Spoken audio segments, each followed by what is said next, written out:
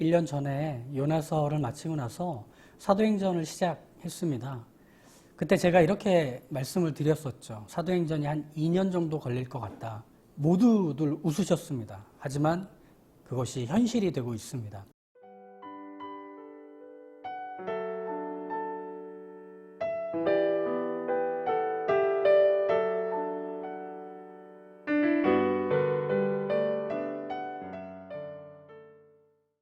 오늘은 1년 동안 봤던 사도행전 1장부터 12장까지 전반부를 정리를 해보고 13장부터 시작되는 내용을 이제 들어가 볼 겁니다. 이렇게 시작을 했죠. 부활하신 예수님이 제자들과 함께 있다가 하늘로 올라가십니다. 그리고 나서 성령께서 내려오시고 성령이 충만해진 제자들은 각 나라의 언어로 예수님이 구원자이시며 왕이시라는 것을 선포합니다. 그때 유대인들과 많은 디아스포라 유대인들이 이 복음을 듣고 예수님의 제자가 되죠.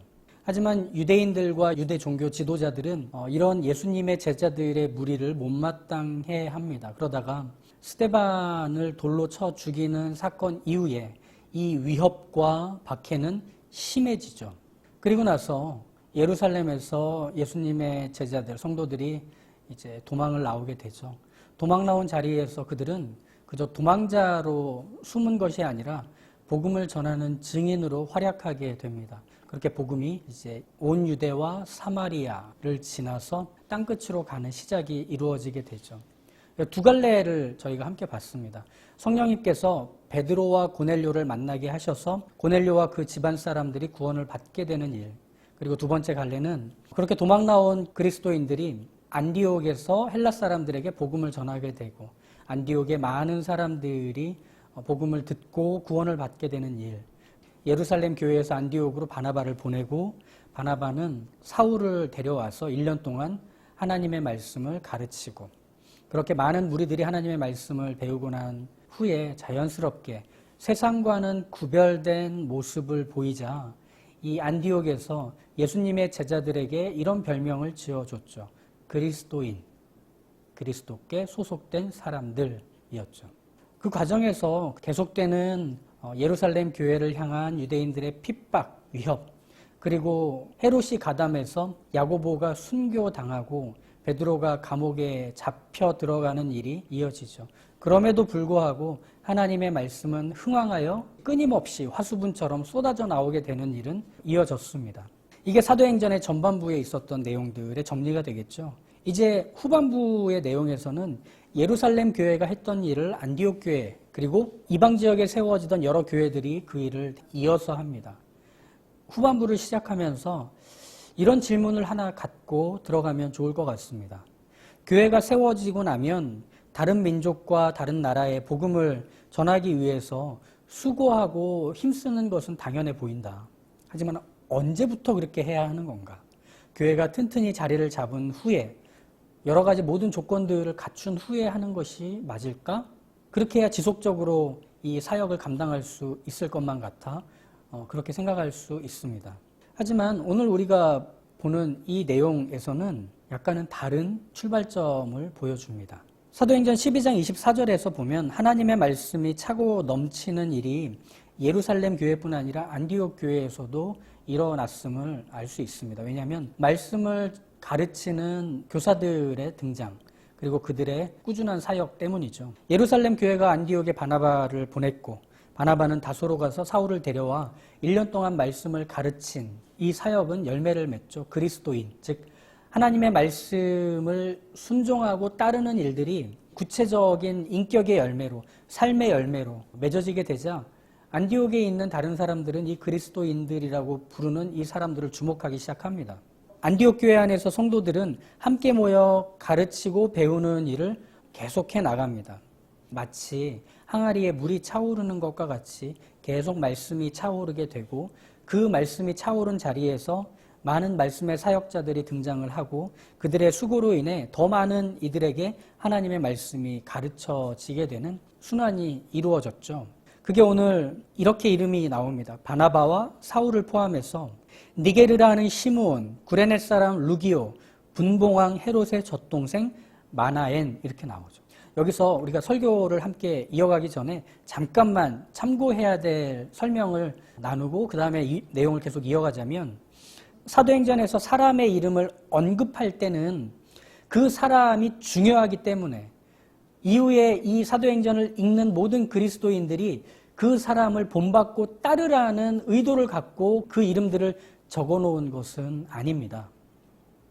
오히려 역사의 기록, 이게 사실이라는 것을 알려주기 위한 목적으로 이름을 기록해 놓은 경우가 많습니다. 안디옥 교회에는 예루살렘 교회와는 다르게 사도들이 없습니다.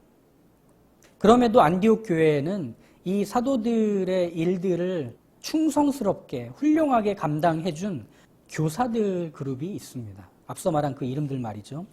이 사람들은 헬라인 그리스도인들이 그리스도인으로 불려질 정도로 열심히 가르쳤고 아름다운 결과들을 맺을 수 있었죠. 그런데 이들만 훌륭했을까요? 이들만 탁월하게 남다른 일을 했을까요? 교사들이 그릇에 물을 채우는 역할을 했다면 그릇 자체를 만드는 일을 한 사람들은 구브로와 구레네 몇 사람의 그리스도인, 이름을 알지 못하는 그들이었습니다. 사도행전에서는 이들의 이름을 적어놓지 않았습니다. 누군지 모릅니다. 하지만 사도행전에서 이름을 밝히지 않았다고 해서 그들이 중요하지 않은 사람일 수는 없겠죠. 그럼 왜 이들의 이름을 남겨두지 않았느냐면 그것이 바로 이름을 기록한 목적과 같은 겁니다.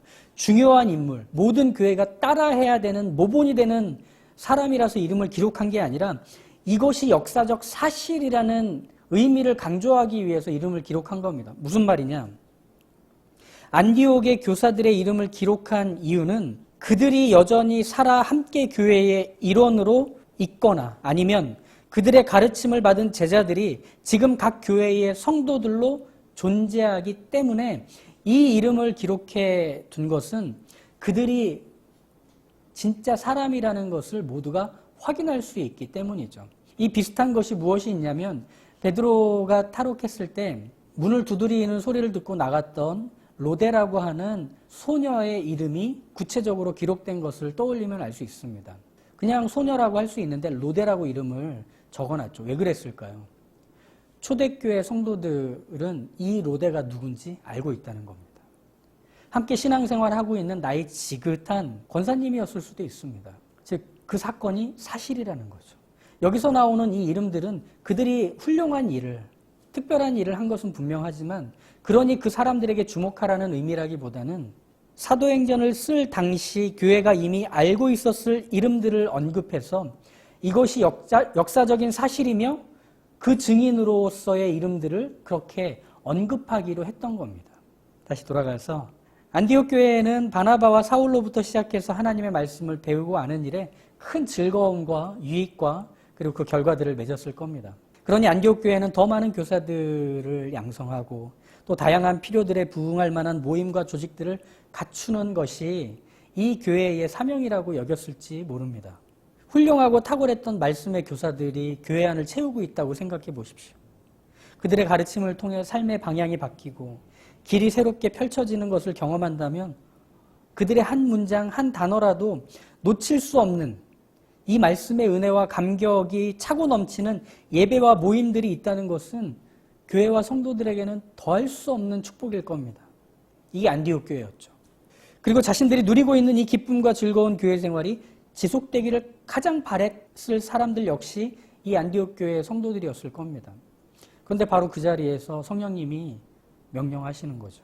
내가 불러 시키는 일을 위하여 바나바와 사울을 따로 세우라.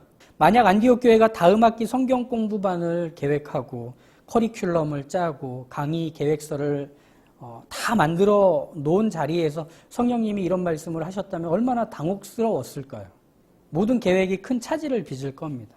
무엇보다도 이 일을 시작했던 바나바와 사울을 빼서 다른 일을 하라고 성령님이 말씀하셨다는 것이 그들에게는 어떻게 해야 되지? 그런데 이 안디옥 교회는 이 성령님의 말씀에 대해서 어떻게 반응하느냐면 금식하고 기도한 후에 바나바와 사울을 복음을 전하기 위해 보냅니다. 여기서 주목해야 하는 것은 성령님이 교회에게 말씀하셨다는 사실이고 교회는 교회로서 반응했다는 점입니다. 만약에 이 복음을 전하는 일을 바나바와 사울 개인에게 성령님이 말씀하셨다면 그들이 기도하고 떠나면 될 뿐입니다. 하지만 성령님은 교회에게 그 일을 하라고 하셨고 교회는 금식하고 기도하며 바나바와 사울을 보낸 거죠. 안디옥 교회가 이렇게 순종할 수 있었던 견고한 바탕에는 그들이 복음에 대한 충분한 이해를 함께 가지고 있었기 때문에 그런 것이죠. 베드로가 첫 설교를 했을 때 마음이 찔려 했던 유대인들이 그렇다면 우리는 어떻게 해야 하는가라고 베드로에게 물을 때 베드로가 이렇게 말을 합니다. 베드로가 이르되 너희가 회개하여 각각 예수 그리스도의 이름으로 세례를 받고 죄 사함을 받으라. 그리하면 성령의 선물을 받으리니 이 약속은 너희와 너희 자녀와 모든 먼 데 사람 곧 우리 주 하나님이 얼마든지 부르시는 자들에게 하신 것이라 하고 예수님의 이름을 믿는다면 구원을 받게 하신다는 이 하나님의 약속은 유대인들만 필요한 것, 유대인들만 받아야 되는 것이 아니라고 베드로가 말합니다. 모든 사람들이 받아야만 하는 바로 그 필요한 약속이라고 얘기합니다. 구원이 누구에게나 필요하다면 이 예수님의 이름을 전해주고 알려주는 일이 내가 알고 있는 사람, 내 곁에 있는 사람들에게만이 아니라 이것이 필요한 모든 사람에게 알려야 하는 것이 그리스도인의 책임이고 교회의 책임이라는 것. 이것이 복음을 이해하고 있는 태도와 기초인 겁니다. 안디옥 교회는 바로 그 견고한 기초 위에 서로가 이 복음의 이해를 공유하고 있었던 것이죠. 그렇기 때문에 바나바와 사울을 교회에서 보내라고 성령님께서 말씀하신 겁니다. 이제 이들 그 당시 세계라고 할 수 있는 터키 지역과 또 지중해 모든 지역들을 계속 오가면서 바나바와 사울은 거부와 저항과 갈등과 오해, 매맞음과 도망, 지긋지긋한 지루함을 그들은 끊임없이 겪으며 반복해야만 했을 것입니다. 만만치 않은 복음을 전하는 길이겠죠. 그것은 다만 그들 둘만의 일이 아닌 교회의 일이기도 했던 겁니다. 즉 이들의 사역을 지속할 수 있도록 교회가 돕고 후원하고 함께 기도로 동참하기로 하는 것이죠. 안디옥 교회는 이미 자기들끼리 누려도 되는 예배의 기쁨, 말씀 공부의 풍성한 즐거움을 고집부릴 수도 있습니다. 이거 우리 그냥 계속 누리게 해주세요. 우리 이것들 멈추지 않게 해주세요. 바나바와 사울을 데려가시면 어떡합니까? 하지만 안디옥 교회는 안디옥에 힘을 실지 않고 교회에 힘을 실어서 이 일을 고민하고 실행하기로 했던 것이죠. 즉 자기들이 수도꼭지를 잠근 게 아닙니다. 이렇게 안디옥 교회와 같이 안디옥 교회 그리스도인들 같이 성령님께서 말씀하시자 즉시 순종하고 이것을 전하기 위해서 가장 탁월하며 남다른 이들을 보내는 이 귀한 사역은 참 어려워 보여요. 우리 중에서 가장 소중한 사람이 복음을 전하기 위해 선교사로 나간다고 생각해 보십시오. 너무 속상할 것 같습니다. 그 귀한 사람이 우리하고 하루라도 1년이라도 더 있었으면 우리가 얼마나 유익할까라는 생각이 금방 들기 때문이죠. 하지만 그들은 그 결정을 감행합니다. 어떻게 그게 가능할까? 의외로 그들이 그렇게 했던 이유는 간단합니다. 하나님의 긍휼하심을 맛보아 알았기 때문입니다. 하나님의 긍휼하심이란 무엇이냐면 하나님의 사랑이 동기가 돼서 그것이 구체적으로 행동으로 표현되는 것이 하나님의 긍휼하심입니다. 이것은 마치 어머니가 갓난 아기를 돌보는 것과 같습니다. 24시간 돌보는 거죠. 이건 내 자식이기 때문에 엄마로서 그럴 겁니다. 정말 24시간을 붙어 있습니다. 먹을 거, 마실 거, 기저귀, 씻는 거 모든 걸 살펴야 하는 게 엄마의 일입니다. 그럼에도 불구하고 엄마로서 이 일을 하는 것을 힘들어하긴 하지만 이 일을 포기하진 않습니다. 엄마이기에. 그 아이의 엄마이기에 말이죠. 하나님의 긍휼하심이 마치 그것과 같다고 이사야서 49장에서는 이렇게 표현합니다. 여인이 어찌 그 젖먹는 자식을 잊겠으며 자기 태에서 난 아들을 긍휼히 여기지 않겠느냐. 그들은 혹시 잊을지라도 나는 너를 잊지 아니할 것이라. 이게 하나님의 긍휼하심이죠. 이 하나님의 긍휼하심의 손길이 안디옥에까지 뻗쳤습니다. 그리고 그들이 유대인이 아님에도 구원을 받게 하셨습니다. 그리고 하나님의 말씀을 전해주는 이 탁월하고 훌륭한 헌신자들을 통해서 끊임없이 하나님이 누구시며 그분의 사랑이 어떠하며 그것이 우리로 하여금 어떤 믿음을 요청하는지를 알고 배웠을 것입니다. 하나님의 긍휼하심을 맛보아하는 매 순간을 예배로, 성경 공부의 자리로, 기도의 자리로 맛보았을 것입니다. 그런데 이 하나님의 긍휼하심을 맛보아 알게 된 교회는 그 긍휼하심을 맛보아 알아야 하는 이들에게 교회로서의 책임을 갖고 수고하기로 한 겁니다. 이렇게 하나님의 긍휼하심은 흘러온 그 자리에서 멈춤 없이 흘러갑니다. 고인물처럼 하나님의 긍휼하심을 경험하고 알았지만 그것을 할례와 혈통이라는 댐으로 가둬두고 자기들만 누리고 싶어 했던 그 자리에서 예수님이 찾아오셔서 균열을 일으키신 겁니다. 그러니 유대인들 입장에선 예수님이 늘 싫은 겁니다. 불편한 겁니다. 귀찮은 겁니다. 그 불쾌함을 이런 식으로 드러내죠.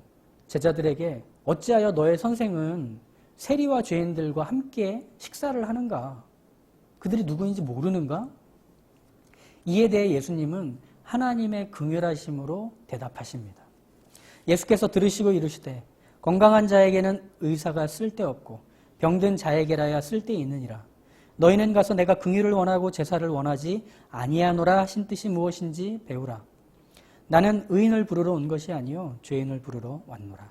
예수님은 하나님의 긍휼을 이 세상에 홍보하시려고 오신 분이 아닙니다. 예수님은 내가 얼마나 많은 하나님의 긍휼을 받았는지 자랑하려고 오신 것도 아닙니다. 예수님은 그 긍휼 자체셨습니다. 그럼 그 긍휼 자체이신 예수님이 말씀하신 것은 무엇이냐? 나는 그 긍휼이 필요한 이들에게 찾아온 것이다.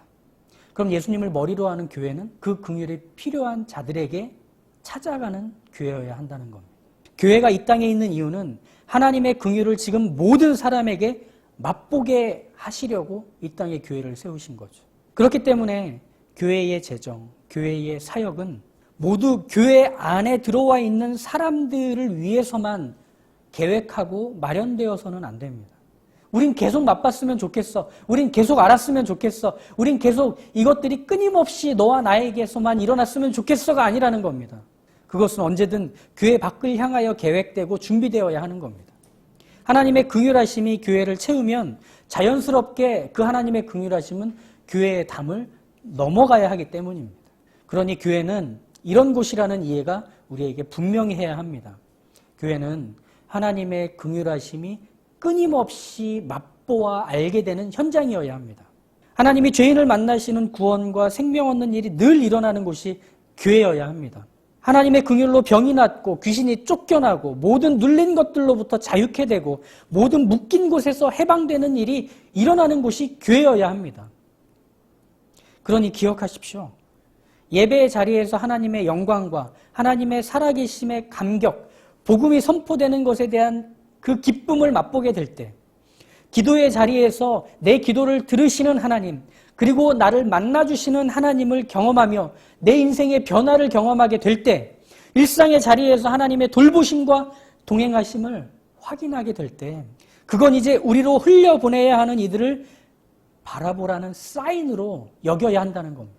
우리 충분한 교회가 그런 교회였으면 합니다. 사도행전 13장 이제 후반부를 들어가며 안디옥 교회가 보여주었던 안디옥의 무게를 둔 교회가 아닌 교회의 무게를 둔 안디옥의 성도들의 모습을 통해 우리는 어떤 교회에 대한 기대와 소망을 품어야 하는지를 다시금 확인할 수 있습니다.